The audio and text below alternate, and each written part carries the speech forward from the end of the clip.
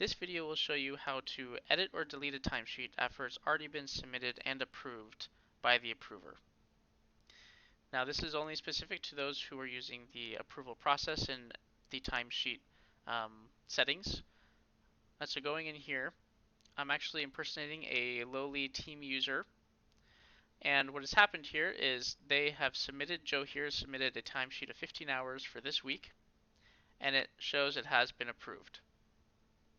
Now if Joe goes into here from the time home and looks that Michael has approved this timesheet, however now these time entries are uneditable because they have been approved.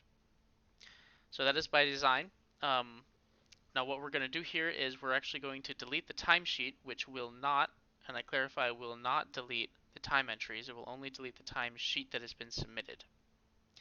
To do so, we're going to have to go in as Michael, but Joe right now, since he is a lowly team user, does not have the permissions to do so. So this will have to be escalated to someone who does have permissions. I've now switched to impersonating to Michael, who is the approver of the timesheet that Joe submitted. So if I go into his notifications and I see that timesheet that has been approved, I can also go to the time home and look for those timesheets that have come through. As you can see, I was impersonating Michael. I was the approver. Now the step that he will have to do is he'll actually have to go up here to the submit timesheet to resubmit the timesheet. First step is to resubmit the timesheet. I'm going to choose himself again just to be the approver, and you'll see the process has restarted. I can approve, I can reject as Michael, but what I can also do is up here in the top right, now this delete option has appeared. I can now delete the entire timesheet, which the indicator of this little help icon says delete the timesheet, time entries will be released for resubmission on another timesheet, time entries are not deleted. Meaning that the time entries are now released. They can be edited again by the submitter, who was Joe. What I can also do as Michael is I can go down here and I can actually delete specific time entries if you want to, but these will actually not delete the time entries. They will delete and they will release them to the submitter for them to edit. So if I hit this delete button, it's actually not going to say it's going to delete the time entry, but it will release the time entry to the submitter for them to make changes.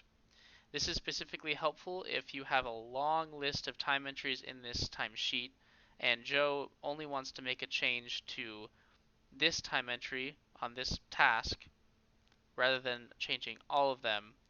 We can just delete this one from the timesheet, release it to his editing abilities, and then he can resubmit it and it will join back in to this timesheet. In this case though, we're going to go ahead and delete the entire sheet and release the time entries. Now I am back impersonating Joe, and I am now on his time home. So you can see those 15 hours are no longer in the timesheet history as submitted or approved. They are now back in, and you can now edit them or resubmit them. To edit them, you can go back to his time entry grid if that's where he entered them, make any changes, modify them,